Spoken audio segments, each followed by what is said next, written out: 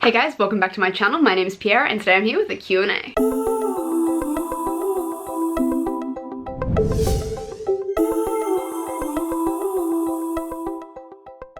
So I asked you guys to send me in some questions and you did just that. 95% of these questions are about Nevernight, so I'm going to try and like culminate a few of them and like these are the answers to those questions that you had. We all know Nevernight will be a massive success. I really appreciate that. God's Grave 2020, hashtag Gladiati Piera. I hope so. There are no plans to do God's Grave, but that will all depend on money. So if someone out there gives me a fuckload of money, I will make you God's Grave 2020. It's probably more like 2021 considering like how big it would be. Longest scene to shoot. I'm gonna say there were two. One was the very last scene we shot, which is a marketplace scene in episode 1, just because it was a really technical shot, as in like there were lots of moving parts, lots of extras, kind of the camera had to be doing a very specific thing. So that took a lot of takes, just in terms of there were so many things that had to get right at the exact same moment to like kind of come together. The other one would be, there's a scene in the Wastes where Mia and Trick are walking and talking, and just for some reason, Geordie and I could not get our lines right. We were just tongue twisting over like one specific set of words, but every single time we just fuck it up and we just be like, if you could have any two characters from different books hang out, who would they be? I mean, like, I want to say Mia and Lila, but I feel like they would not get along, or they'd get along too well. Alternatively, I want to go like Mia with someone really like calm, collected, and like not into swearing. But I'm gonna go with Mia from Nevernight and Lila from A Darker Shade of Magic, just because that's my wet dream. How can I support the Nevernight project for you? Well, since you've asked, we are running a Kickstarter campaign. I will leave a link down below. We have hit our goal and then our stretch goal, and then we've just kept going, which is just fucking mind-blowing. I can't explain to you. As I mentioned, we can do more with more. There's also a video that I will link up above which kind of explains the Kickstarter and the money thing if you're interested. But yeah, I mean, like, if you want to donate, you can donate. We'll be putting up some more perks. Otherwise, I'm always a fan of like a little comment or like a little tweet, kind of talk about it. Yeah, like just kind of tweet out what we're doing, that you're excited for it if you're excited for it, just any sort of like love. Just give me love. Just give me love. What are my theories for the upcoming Nessian novel? I believe that is Sarah J Maas's next set of books after Akatar, Kamafakal War and Crescent City. I will read it because I'm trash and I love Nessian, Nesta and Cassian. Just because I want to see how that relationship plays out, because Nesta is obviously going through some like mad PTSD and shit, and Cassian is the light of my life. I don't really have any theories. I don't care about it enough to have theories. Are you more excited or nervous now that you're done filming? I'm excited. I'm excited. We're currently in the stages of editing, so in editing and sound and post and everything, and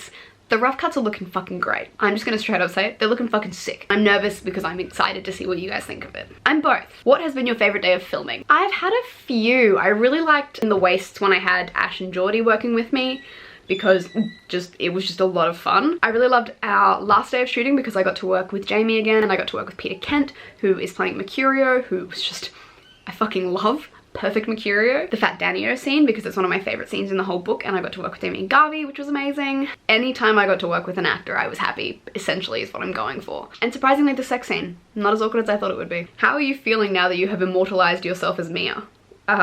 Well, straight up, it's a dream fucking come true. It's all I really aimed for in my life. When you become the canon face of a character, you have succeeded in every goal you've ever had. Like for that brief time when I was like the Max headcanon, it was the best day of my life. And now that I'm the Mia headcanon, for now, it just, it really does things to you. Like whenever I see fan art of Mia, but like me as Mia, I cry. I cry every time, because it's just like, you've got your dreams and you've got your like dreams that you don't think are ever really gonna happen. You don't really pay too much attention to them. When they happen, you're just like, this is the best thing ever. It's one of those. When will Nevernight come out? So at this stage, we will be releasing a trailer around the same week as the Dark Dawn launch in early September. And then hopefully the episodes will be available end of September, early October. So you only have a few months left to wait, but that's all, you know, like that's praying everything goes smoothly as planned. And it will be available on this channel right here. So hit that subscribe button and the notification bell if you're interested. What was the hardest part about playing Mia? The hardest part for me, like I'm kind of lucky because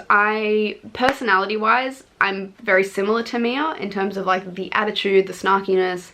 So I didn't really struggle to kind of find her within me. Struggle with the accent, because it's not exactly, there is no set accent. Like she's not British, she's not Italian, she's not Australian. She's kind of inspired by, the first 10 years obviously was raised with that very proper dialect and coaching and stuff, and then with the last 6 years with being Mercurio, it would have been a lot more like drawly. That's probably where all her like gross fucking use of cuss words came in. So I went for this kind of weird hybrid of this strange fantasy British, generic fantasy kind of speech. That's what I went with. There is obviously a little bit of Australian like euphemisms that have slipped in, but I find that purely from Jay's writing style. Obviously being an Australian author and an Australian reader, you can see the sentence structure is very different from an American author, which is not something I've noticed before. I noticed whilst getting into Mia. So the accent's probably the main thing that I struggled with because I'm naturally just a badass all the time. If you could adapt any book that isn't Nevernight, what would it be? I would do a fucking better rendition of Maximum Ride. There's a few I'd want to do. I'd love to see Red Sister by Mark Lawrence. I'm too old to play Nona, but I could play like an older Nona. Strange the Dreamer would be cool as well. That would be a VFX nightmare. Since the funding was lacking, first of all, fuck you, not wrong. Will the episodes be surface level or just shorter? They are obviously short because money. In terms of surface level, yes and no. Like, it's pretty much, it's like I said, it's directly adapted from the book. So you will get those exact scenes. Things obviously had to be changed because of funding, whether that's, you know, a scene removed or we had to, you know, jump time really quickly. I mean, like, you'll see it when it comes out. It makes sense for if you look at books and film as a different medium of the same story, it will make sense and it will flow and it will be well timed in space. Whereas obviously the books, you have more time, you have more pages to kind of flesh out things.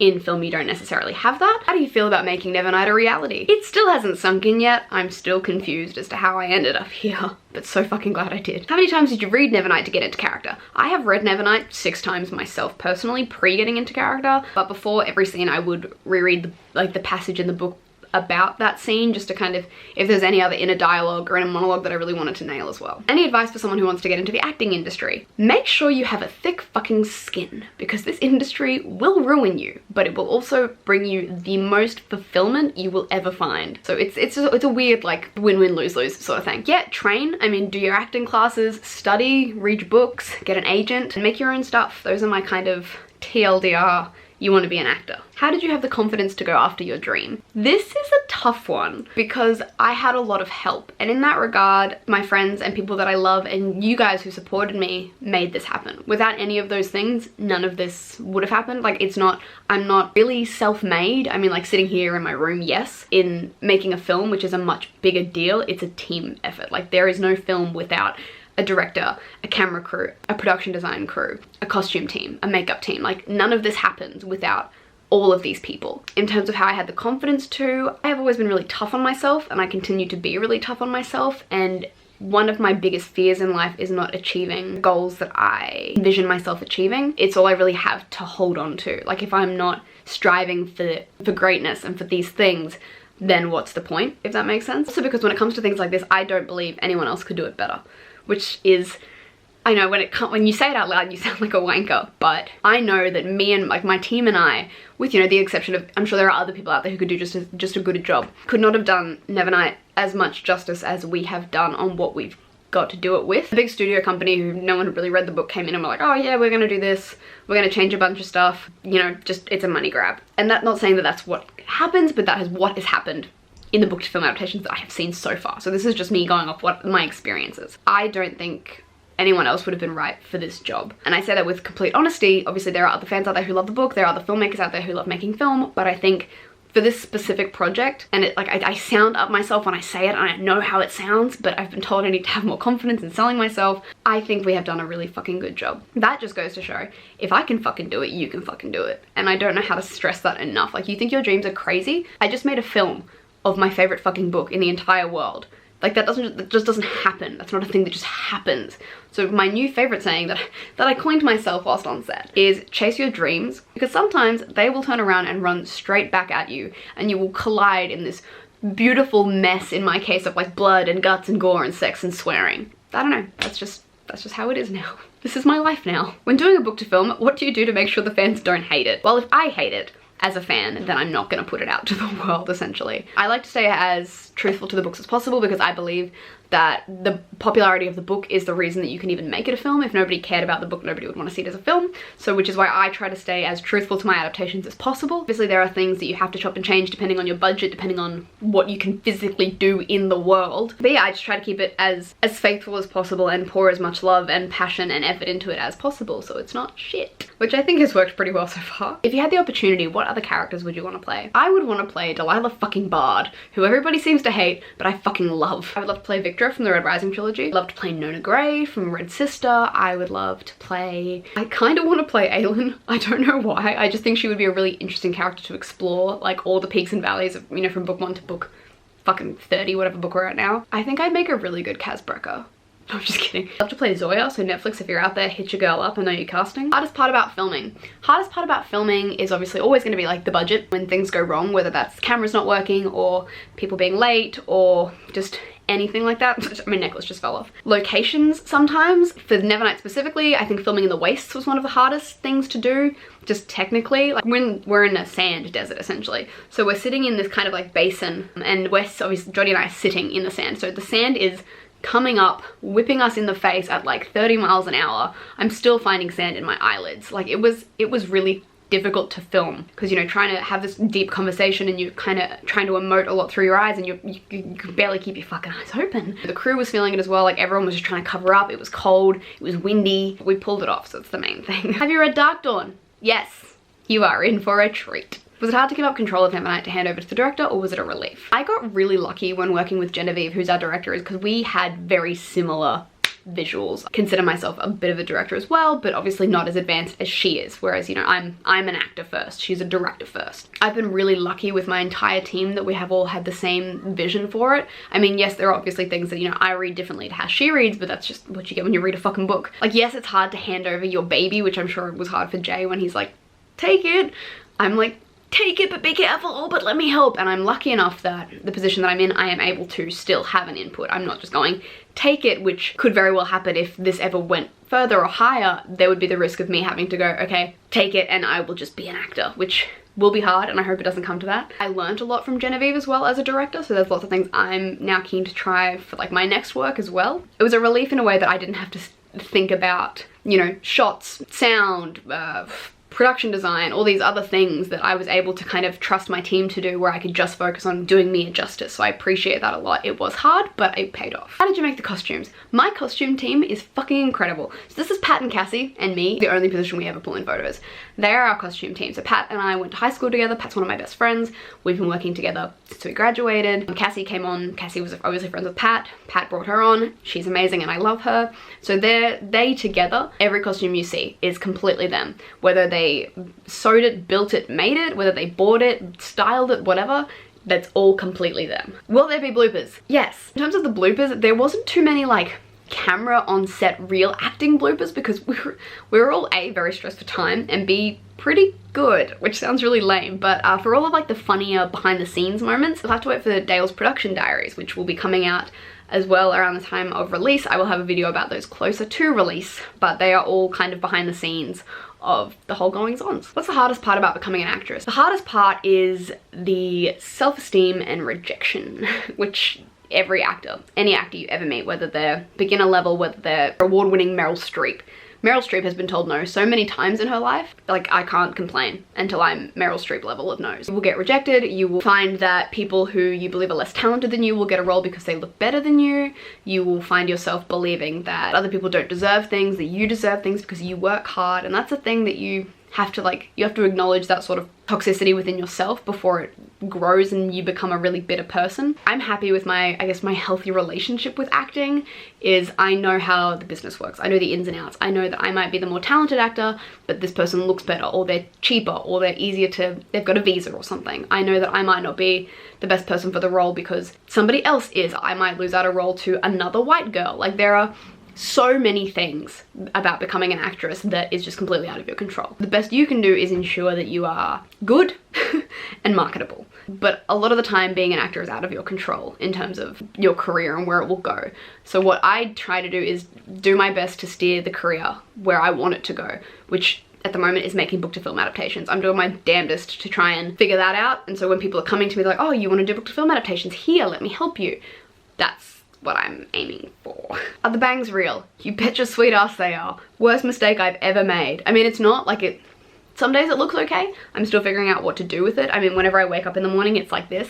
How did you decide the casting of Trick? The casting of Trick was going to be the hardest one for, I guess, kind of where we live. Straight up speaking, there's not a lot of that specific look of actor around in our immediate vicinity, and as well as on the budget that we are on. The things that I definitely refuse to change were that Trick will be of Polynesian / Maori descent. That was always going to be the case. I was never going to have him white. I was never going to have him a different ethnicity. I was always going, that was what I was going for. And I got really fucking lucky when Geordie came out of literally nowhere, and I was like, well, that's him right there. And he proved time and time again to be exactly what we needed. The amazing thing about it was that it wasn't awkward, it wasn't weird, it wasn't uncomfortable, because Jamie, who plays Sweet Boy, was absolutely fan-fucking-tastic to work with. You know, I felt so comfortable and safe with him. Obviously it was a closed set, so it was just myself, the director, the cinematographer, and makeup, as well as Jamie on the actual set. So it was a really, you know, for my first ever, I guess, proper sex scene, like full nudity sex scene, it was good. It was an enjoyable experience. I mean, it's weird to kind of say I enjoyed having fake sex with a strange man, but that's essentially what it was. It was a really comfortable experience. It was a really fun experience. Like I mean, it was a confronting experience, and some of the shots I was just like, ah! I am literally the palest of daughters. And Jamie is this beautiful Spanish tanned caramel god, and then there's me looking like I just rolled in bleach for an hour. Yeah, it was an incredible experience. Jamie and I got along very well, and it's obviously like a weird thing to be doing. Like, acting is a weird job in general. Working together, he made that experience very pleasant. What is it like to play a cold-hearted yet somewhat kind character? So you mean me in my everyday fucking life? Jokes, I'm not kind, I'm dead inside. I find it really easy. I struggle more with the happy, light, fun, breezy characters, because I'm myself not naturally that. Whereas like your snarky, darker, emotionally fucked characters, I gravitate more to. Are you hyped for Shadow and Bone Netflix? You betcha sweet ass I am. I'm so excited for I'm curious because I'm interested to see how they're going to mush all of those books together. I'm really excited for casting. I'm keen to see who they cast. Mostly Kaz and the Darkling, because I know those are two characters that the internet is going to lose their fucking minds over, whether it's a good way, which I hope to God it is, or a bad way. The only thing that I want to say for all of you watching, please be kind to those actors, because 95% of the time those actors haven't read the books, they're not aware of how rabid the fandom is. Be nice, they're just doing their fucking job. Like, just be kind. With Mia, I have been so lucky because everyone has been so fucking warm and welcoming and lovely. Don't be a dick to actors is essentially what I'm getting. They're going through enough shit. And if you want them to do a good fucking job, they may not be what you imagine they look like or they sound like, with a completely different look to what the book is written, i.e. fucking Ruby from The Darkest Minds. She's written as a white girl with fucking green eyes, and they cast Amanda Stenberg. Great. Fan-fucking-tastic. Do that. Do not be a dick to actors. That is my one pet peeve. I promise you, you don't know how hard it is. I would fucking hate for those actors to get this role of what could very well be the role of a lifetime, and for some shithead on their Twitter to be a dick. That I want to fight for every actor ever who's had to experience that. Be nice. Favorite weapon and why? Ooh, I'm a big fan of daggers. I like tiny knives. These are my throwing knives. I don't throw them much because I don't have space for them. I always say I would love to, if I wore long sleeves, I would love to have a tiny little blade in my clothing at all times that I could just like flick out if I needed. Because do you know what it's like being a woman in this day and age? So Nevernight season 2. Nevernight season 2, I want to say is going ahead, pending money. Essentially we have to go back to a funding body, or we have to find what I think is close to $500,000. Just being reasonable and legitimate. We have to find a lot of money to be able to do the other 6 episodes. So we're going ahead as if we are doing that, like we're doing pre-production, we're planning, we're figuring things out, but that will just depend on money. That being said, we are also trying to package and present to a network for something bigger, but again, like nothing is happening yet at this very point in time, except that we're going ahead with season 2 as if we're going to make season 2 pending money. That's up to you guys. How far does season 1 go into the book? Season 1, which is the first 3 episodes, ends on Mia being inducted into the Red Church. So Drusilla putting the blood on her face and Mia being like, I will! Which I know, like, sucks to be ending at because you want to see Ash, you want to see Cassius, you want to see all these other fucking sick characters, but we don't have the money. Like, that's all it is. Like, we couldn't afford it. We found that was a really nice ending point. It was a cliffhanger that we kind of wrapped up Mia's journey in getting to the church, which was what we were going with. That was the motivation for season 1, but it also left it open-ended for if we did want to do more, which we are planning to do more, that we weren't just like, cuts it off. Okay, that is all your questions. That is most of your questions. I paraphrased a lot of them because otherwise we'd be here for like another 20 minutes. But if you have any other questions, let me know in the comments down below and I will get back to you. Otherwise, I'll see you guys next time. Bye!